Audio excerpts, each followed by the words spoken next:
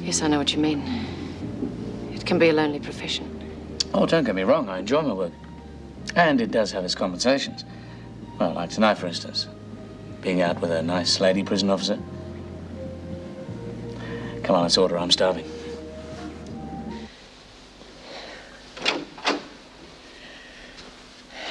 Mrs. Brooks. Mrs. Brooks, come on. It's time for your pills. Come on, wake up. Mrs. Brooks? You're a prison officer. Yes, my name's Fletcher. What am I doing here? You collapsed in your cell. Cell? You're in the prison hospital. Prison? Yes, Wentworth. Don't you remember? Oh. Yes, of course. So it wasn't all a dream. No, I'm afraid not. Now, come on. It's time for your pills. How long have you been at Wentworth? You weren't here when I was in before. No, I arrived just after you were released. What an awful job. Having to roam round this place all night. Well, somebody has to do it. You should be at home with your family. Well, I don't have a family anymore, so I don't mind, really. If you didn't have such a terrible job, they probably wouldn't have left you. Yes, you're right in a way, but, well, they didn't leave me like that. They were killed. Oh, I'm so sorry.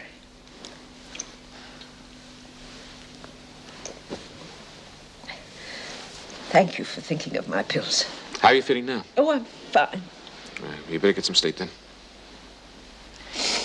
Yes. Good night.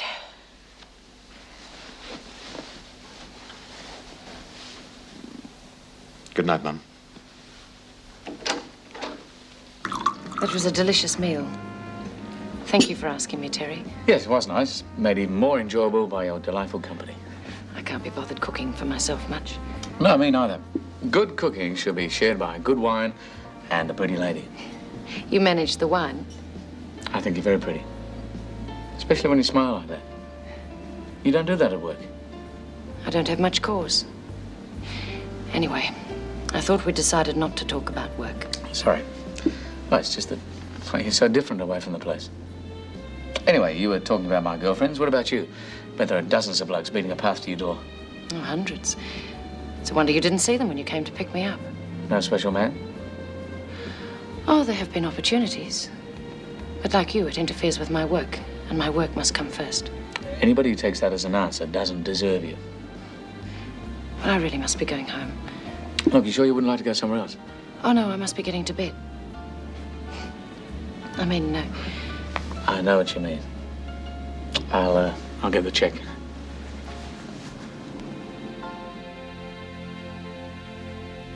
Thank you very much for a wonderful evening, Terry. Oh, thank you. I can't remember when I enjoyed myself more. Mind you, you took your time in deciding to go out with me. I wish now I'd agreed earlier. Well, you're playing hard to get. Oh, no. I just thought it was a game to you. A challenge to break me down. Well, I may have been just flirting at first, but... well, now it's different. It's a whole lot different.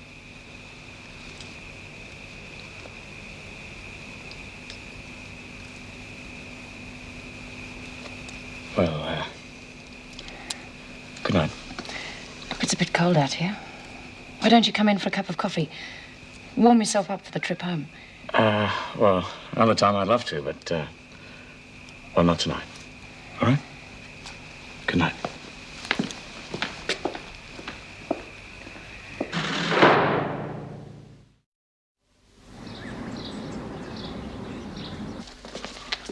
Morning. Oh, hi. Not exactly bright-eyed or bushy-tailed this morning, are we? What happened? Let's see. I know, you left your butter in the fridge last night and it was too hard to spread in your toast this morning. Yes? No? Well, in that case, it must be Vera Bennett. Look, Jim, about that stupid bet. Looks like you were right. You win. Oh, come on, mate. You're not giving up so easily, are you? Not you. Afraid so. Hate to admit it, but there's your $20. Well. Thought I'd never live to see it. How about that, then, eh? Yeah, well, you've had your laugh. Just don't go on about it. It was a rotten thing to do in the first place. Well, I warned you, mate. You'd have your work cut out for you. Where everybody else has a heart, Vera Bennett has a prison door. Yeah, well, I don't agree with you there. I think she's quite a nice lady. Tell me the Iron Lady's getting to you, is she, mate? Well, of course not. Look, let's just drop the whole thing, all right? For good. Yeah, sure. Anyway, I've go back to duty.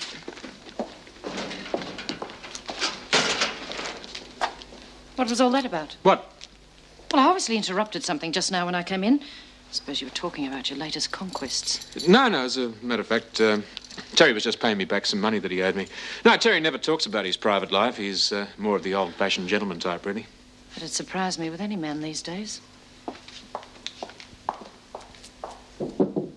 Come in.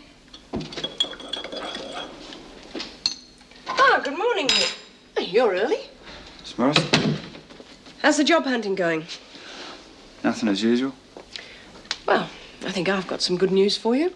I spent most of yesterday ringing up my contacts, and late yesterday afternoon it paid off. You've been offered a job as a packer in a warehouse. How do you feel about that? Oh, it's great. Good. Well, you're to go to this address and ask for a Mr. Sutton. Right. Well, thanks very much for going to all the trouble. All part of the service.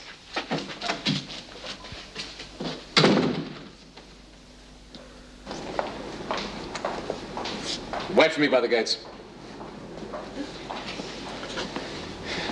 How are you feeling now, Mum? Oh, very much better. Still a little weak, but otherwise I'm fine. That's good. Now, you look after yourself now. Yes, I will. Mr. Fletcher, I really am sorry talking about your family like that last night. Oh, that's all right. You weren't to know. Besides, it's a long time ago now. You seem to work long hours. You were here late last night and again early this morning. Do you need the overtime so much? No, not really. It's better than being stuck at home alone. Oh, surely there must be better things to do. Other jobs. Unless you need the security. No, I don't need much of that anymore. No, the job's not that bad. Besides, once you've been out of the mainstream for a while, you find that you're not equipped for much else. Yes, I suppose so. But friends. You must have some friends on the outside. Yes, one or two. But what about you? I haven't noticed that you've been exactly swamped with visitors since you arrived. No, I'm pretty much a loner now. I do have a family, but they don't know I'm back in here. I told them I was going away for a holiday. We're not close anymore. No, Bea and a couple of the others are about the only friends I have now. How did you become friendly with her? I mean, you're so unalike. She's hard and conniving. She might appear so, but no one's bad all the way through. And she's always been very good to me. She's looked after me. Are you trying to pump me to find out whether she's lying about losing her memory? No, of course not. Well, she isn't. You should have seen her when she came to me. She was sick. She collapsed. I couldn't turn her in while she was like that. I had to try and help her get better. Well, surely they can't lock me up for that. Mrs. Morris doesn't think so. Well, unfortunately, they can, and it's up to the courts to decide if there's any mitigating circumstances. What's that supposed to mean? Someone trying to help a sick friend.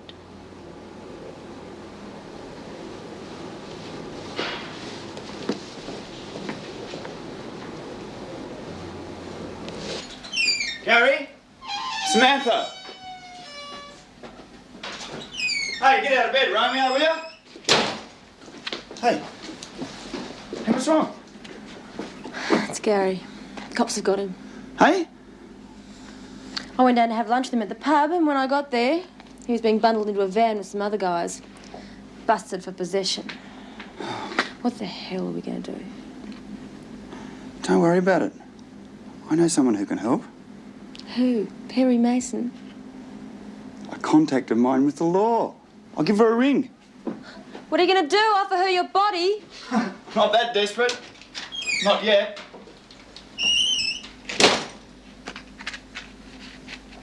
Detective Sergeant Rouse, please. Detective, it's Meg Morris speaking. Oh, I'm very well, thank you. I'm rather anxious to talk to you about the B. Smith Mum Brooks case. Yes, I know that, but... Yes, I do understand, but there are certain new aspects that have come to hand that I think you should know about. And I'd rather not talk to you about them over the phone.